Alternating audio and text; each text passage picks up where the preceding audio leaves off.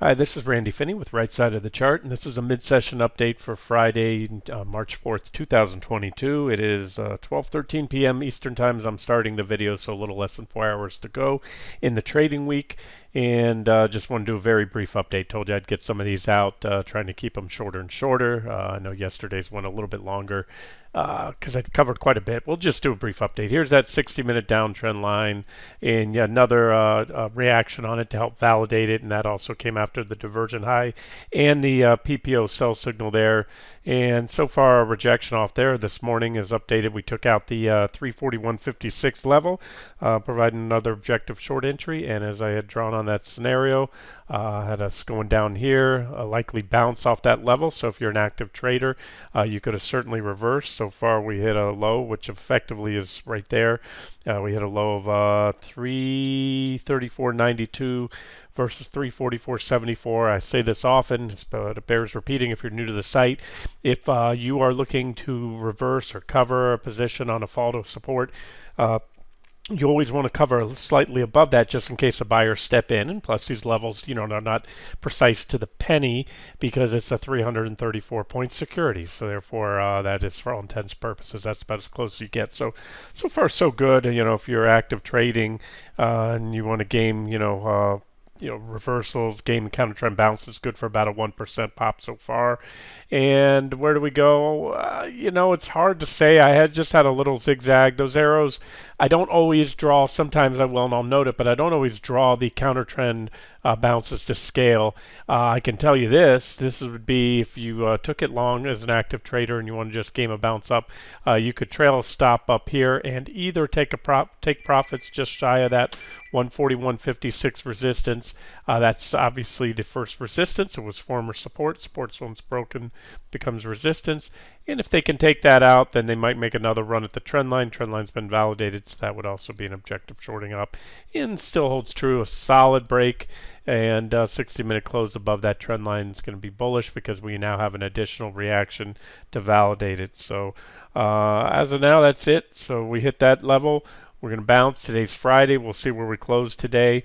And it goes without saying, but I will say it anyways. Especially that we've had the what I call the initial or a reaction off the initial tag of that level from above. In other words, that was a support. We hit it. There's the initial tag. So if we run back down it again, you could certainly double test it, but I think that favors will break it. Either way, your next objective short entry will come, or you will have an objective short entry if we break that level. And at that point, I think things could start to get ugly. That may not happen in next week, even if it does. Or your next objective short levels, as I just told you, is a bounce back to that 341.50-ish level, a little shy of that, then the downtrend line. And then again, it all depends on how active you are, your trading style, where your average entry cost is.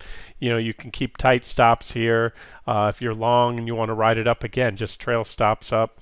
There's an infinite number of ways to trade. What I do, I point out the key levels. I tell you where I think things are going to go. Likely, levels that we're likely to get, bounces off of, levels that, like this one yesterday, if taken out, you're likely to get a move down to the next level, and so forth and so on. So that's what we're looking at now, leaning this way, but certainly can't rule out this or even that. So let's not spend much more time on it. That's it. Those are the charts. Let's just look at the top holdings of the Nasdaq 100. Now let's do this. I'd rather go to the sectors, and then we'll keep this video short. Just show you where we're at.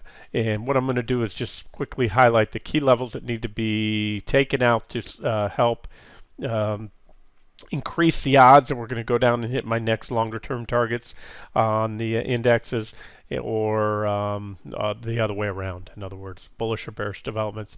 So I still think this level is important, 146.86. Remember, we had these big whipsaws last week, breaks of support on quite a few key stocks and indexes, only to suck back up in there. And again, that is near-term bullish, or at least that one aspect of it, that one particular event, the fact that we broke support, recovered it. You got to give that check mark to the bulls, but it's still support. And if we break it again, then there's the potential for another leg down and the potential to burn through the divergences. But as of now, this, the most important sector in the entire stock market, this is technology, XLK. I know I talk fast, but if you're not familiar with it, that's the tech sector ETF. There's 11 sectors in the S&P 500, and this is by far the largest at about a 25% or so weighting. And of that, again, I haven't updated these. I need to do that. But back then, you can see back here in the middle of 2020, Microsoft and Apple alone made up 42% of this sector.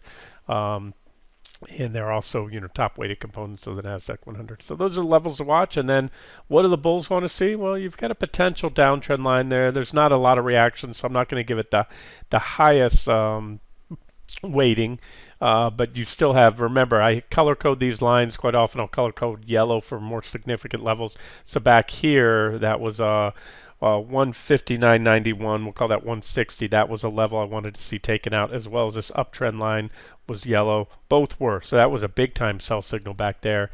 You had two different chances if you missed the breakdown to short on the back test, and we've been stair stepping lower. So take away all the lines. We all have our opinions where the market's going to go. Everybody's got their 2 cents to throw in. All I can tell you is right now we are still in a confirmed downtrend off the highs there. Yes, longer term trend is bullish. Near term downtrend clearly remains bearish. And you also have, I know the lines are turned down here. You have the 200-day moving averages right there. We just, they're red and blue lines. I have the colors turned down in the video just to keep the charts clean. But we just, after breaking them, had a back test and a rejection. So this keeps this, for now, again, for now, the tech sector in a bearish technical posture. What changes that? Well, first, a solid recovery, especially on a weekly basis of the key moving averages, especially the 200-day was right here. Then, taking out these previous reaction highs. That would certainly not help, especially on top of that, if we keep these divergences intact right there. All right, so that's that. And again, we could sit here and talk on a myriad of possibilities because there's always a lot of different things that can happen. And one of those would be, to see a wedge form here. You certainly have the early makings of a wedge. It's just not really ripe yet, what I like to call ripe. What I mean by that? Well, a bearish rising wedge will typically come more down towards closer to the apex of the wedge. The typical breakout point is about 70 to 80% towards the apex of the wedge. So, you could wander lower and still not hit my long-term targets and still keep these divergences intact for a while. But if we have that, if we get that kind of waterfall selling next wave down that I'm still thinking we can get, it would have been better to happen this week. I've already commented that quite a bit on the long-term charts. That we could still, if we get it next week, it could keep those bear flags still intact that we have on the weekly chart. But anyway, let's just keep it simple. 146.86, and of course the recent lows to be taken out to sharply increase the odds. We're going much lower, and of course that's one of the 11 sectors. We'll just rifle through the rest real quickly. XLV is healthcare. I have a yellow line at about 124.76, big levels. Like so many sectors and indexes, we've been in a about a year-long trading range, and in many of those, some cases a little over a year long. Like IWM and many individual stocks, we've had false breakouts above those ranges, which failed, sent us back to the bottom of the range. And here's one that's held up. This is why the market hasn't cratered, in my opinion, because you have some key stocks such as Apple and some key sectors such as healthcare, which is at least for a while has been the second largest sector in the S&P 500. So you're going to need to see healthcare break to see a real true correction or bear market, drop of over 20% in the S&P 500. So that number is again 124.76. We're comfortably above it right now. I'm just going to drag this box here. I'm trying to grab the box to just move the trading range. Where is it? There it is. That little gets tough when you have lines close by. Now I got it. There it is. I just wanted to put that trading range box. I don't know if you can see it. It's shaded here. I'll turn up the shading a little bit on it, and it looks like that. So there's our, oh no, that's the border. This is the shading right here. Okay, I think you can see that now in the video. And even before we entered it, it was resistance back there. So that's why that line's pretty important. Again, about 124. Depends how I just move the lines. It changed a little bit. XLF, magic number seems to be about 37, and that is an important sector. When the financials break, market's probably going to follow. And again, one of the largest sectors in the S&P 500, certainly very technically, or I'm sorry, psychologically important. And there's a downtrend line right there. Now you can see we've been, that's to me a pretty significant support level. Not the best, but a good one, about $37. And most importantly, that's been the recent lows. We've been defending that level. Had one little whipsaw through there, but quite a few reactions. It was resistance here in this trading range. It was support in this trading range. So that's my yellow line, 37. Now, near term, we've been in kind of this grind here for a year or so.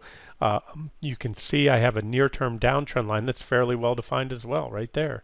I could pull it in maybe a hair tighter, come and capture the top of that recent candle. But you can see it's kind of like an EKG here. You get these uptrend lines, you break them. That's a near-term swing tradable trend down to the support level. Went up. We had a pretty well-defined trend line there. We broke it, went back down. And so maybe this pattern repeats. That's, if you're bullish, you want to see that level taken out. Then you've got some resistance overhead. I could play around with this line, but it's roughly about $39. And again, this is what I'd be watching for. This is what I'm favoring. And the way this stuff works for me, and if you want to do the same, set price alerts. Now I have that line at 37.11 because we've had a few intraday spikes. So what you might want to do, what I would do, is set a price alert under the recent lows. That's really what you want to see taken out. See these three recent candles right here, boom, boom, boom, about 36.78. And if that level goes, when does it go? Does it go at 9:32 on Monday morning right after the market's open, a minute or two after the market's open, and then snap back above?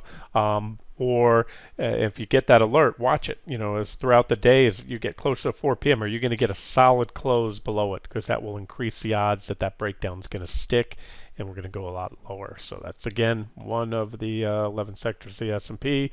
XLC Communications, it's already had a heck of a correction off the top. This one's in a bear market by all means, about 26% drop. A little bit. It's not huge support, but it was a big reaction, major reaction high back there. And then we had a little trading range there, and it acted as support. We hit it recently and bounced. There was a little bit of a momentum-fueled overshoot.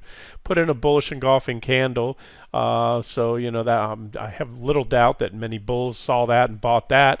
You even had follow through the next day, but so far they're fading that. Now they haven't faded the whole thing. If and when they fade this was all bullish developments right there. Even divergence on the RSI. But if they can just fade that, boom. That shows me, again, a change of character. In a bear market, that's bear market action, that you get buy signals or bullish technical events, whether it's a breakout of a bullish chart pattern, whether it's a bullish engulfing candlestick pattern that should have follow through. And if buyers fail to come in, it is just a character that are a sign that the tide has turned, and now it's going the other way, and that bullish technical events tend to not play out, or at least not to their full measured move, and bearish ones do. Just like in a bull trend, bearish divergences and bearish chart patterns and sell signals have a much lower or a higher rate of failure, lower rate of success. And then the downtrend line on the communication sector is really high. So I mean, you could stay, look at this, you could stay in a downtrend. You could rally right now. XLC, which is largely Facebook, it's pretty much all Facebook and Alphabet. About half of it makes up, those two companies alone make up this sector right here. You have about a 12, depending if and when we got there, you could rally 12% and still very, very clearly, assuming you didn't go any higher and you got reject off that line, still keep this downtrend intact. So just kind of food for thought here. I laid out where I think we're going and talked on that yesterday. It's one thing to call price targets on a stock or the market with precision, like I do. That's what I do. Whether they all not that they all pan out, but it's a whole nother magnitude of difficulty to say exactly when you're going to get there.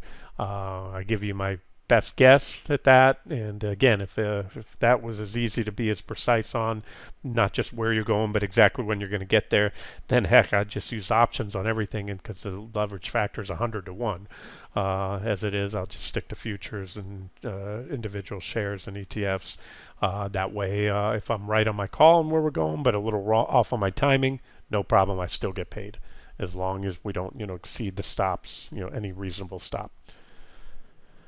XLY, consumer discretionary, as the name implies, that's this is when you have two consumer sectors. You have the staples, which are things you need, and you have consumer discretionary, which are things you want.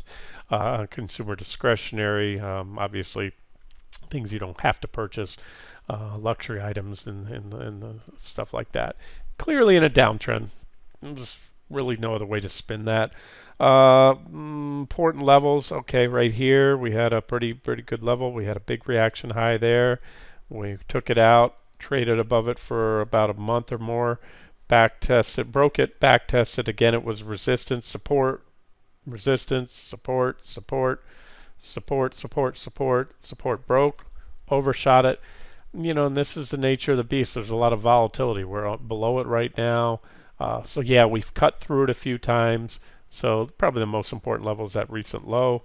And then, like I said, we could rally quite a bit. Ideally, you want to keep the previous highs intact. And even when it's shorter term, we have a little reaction high there. So I don't have much of a strong opinion, but I will say, like many sectors and the markets, it put in positive, aka bullish divergence at that low. Put in a bullish. That was not a bullish engulfing candle. It was a big green candle, but it didn't engulf the previous one. So that's it. If we go down and these divergences get taken out, then that's going to be uber bearish in my opinion. And if we can build on those gains and start taking out previous highs, then that's going to be bullish. XLI Industrials, big line I have, or had I should say, was at 97.80. Talked about it recently. We broke it, but then stick save because the market rallied back. And I had a resistance here at 101.37. I've had that line there for quite a while. Usually when I locate a trading range, whether it's a sideways range like this or a price channel like this, upward sloping, I can almost always put a line somewhere right around the midpoint, and that acts as support and resistance as well. You can see back here. You tend to either trade on the top half, or then you fall through and then you trade on the bottom half. And we hit it. In fact, that line's been there, created back on June 9th of 2021. And I have not even modified it since, or did it? Yeah. Yep. June 9th. And you can see that's what we ran into the other day and reversed. And so that's it. So to kind of micro analysis, well, the bulls can pop that. There's been a few moves through. It's not a hard line. I'm going to say that right now, but we're still in the bottom half of that range. And then again, that 97.80 I still think is important if we take it out. And then even more important is going to be that previous low. So right now, this is the story of the markets. So, from a bigger picture, probably bulls in the industrial. Bulls are frustrated, bears are frustrated because it's almost a stalemate right now. Bears, hold possession. They have the ball because they're in the lower end of the range and they could break down. There's no threat of a breakout above the range at this point in time. So there's really not much. The bulls really have their work to do to get us up and above and break out above that range, make a solid breakout. XLP, I think the big level is this uptrend line right there. That's why it's colored yellow. But there's a downtrend line. You get a little symmetrical triangle if you put the two together. Bulls pop it. You got a couple resistance or previous reaction highs there. Obviously, a downside break will bring us down here. That's a good support zone, about 68 and change. About 68 to 69 would be the target if we get a solid break of the trend line there. And let's see, next up, XLE, energy's ripping because of what's going on over in Europe, of course, as we all know, and until unless that those risks abate, I would just stay clear of it. There's a big trend line that ultimately will give way. We have divergence. We had it here at the most recent high. We still have it. In fact, the divergence is steepening. And I covered crude oil yesterday. No sell signals yet, but that's one that once we'll see. It may be a fundamental catalyst, abatement of moderation of what's going on over there with Russia and Ukraine, or it could just be the technicals. Oil is going to reach a point where it's going to collapse under its own weight. It's going to have such an impact on the economy, and of course we have Powell coming up now. This is just doing him no good. He already actually came out unusually stated he's only going to vote for a quarter-point rate hike. He already said that in advance, but yet inflation continues to rip.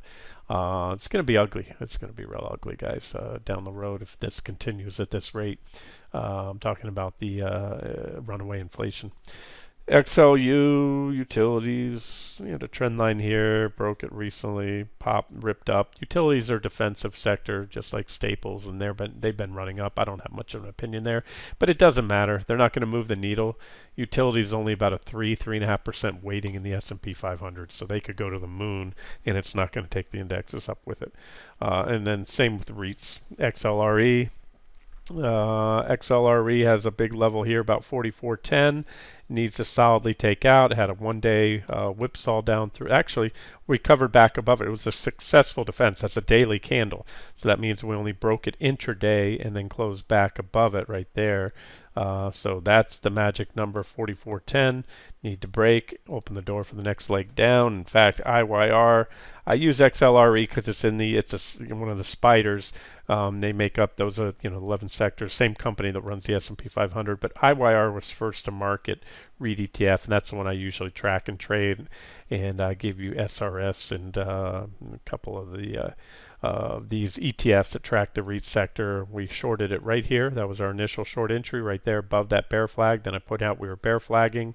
Then the bear flag broke down. We hit my first target there, hit my second target, gave you a chance to cover, reverse, game the bounce, went down.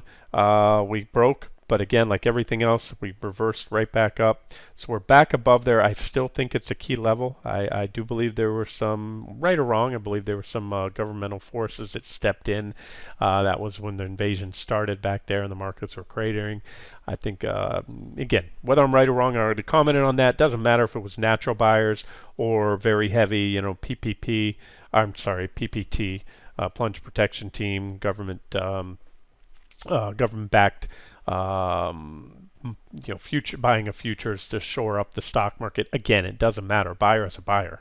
You're either wrong or right. It doesn't matter for what reason. Prices first and foremost.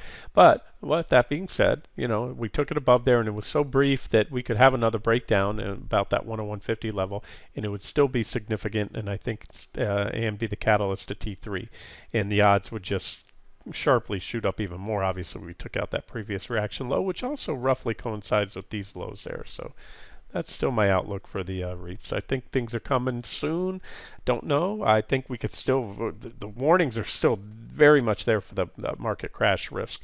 I'm going to wrap up here because I've just completed the 11 sectors of the S&P 500. And again, to keep it simple, QQQ, showed you what's going on there. At least I showed you on the 60-minute chart, but remember, we're also right back to the bottom of the bottom of that first target zone, which we hit perfectly back here on the initial leg down. Undercut briefly, and that's again when the stick save came in. We had that reversal, but so far, like I said, the follow through has been a little lackluster. They've faded about half of that reversal so far from the the lows to the highs right there. We've given about half of that up, maybe a little less, and so boom, that's what I want to see. I want to see the today's lows get taken out, and I think they will. I already gave you my scenario. Looks something like this: a little bounce here, maybe up there, possibly up there, but the shallower the bounce before a reversal, and assuming we do take out 334.74, the better. So that's what I'm looking at, guys. Maybe a little flagging action too going on here. The 60-minute chart could be a little bear flag there, and if we pop down below it impulsively, the measured target would be the length of the flagpole added to the top of the flag, get us somewhere down around there, around 326 or so. All right, we'll wrap it up here. This has been Randy Finney with Right Side of the Chart. Have a great day.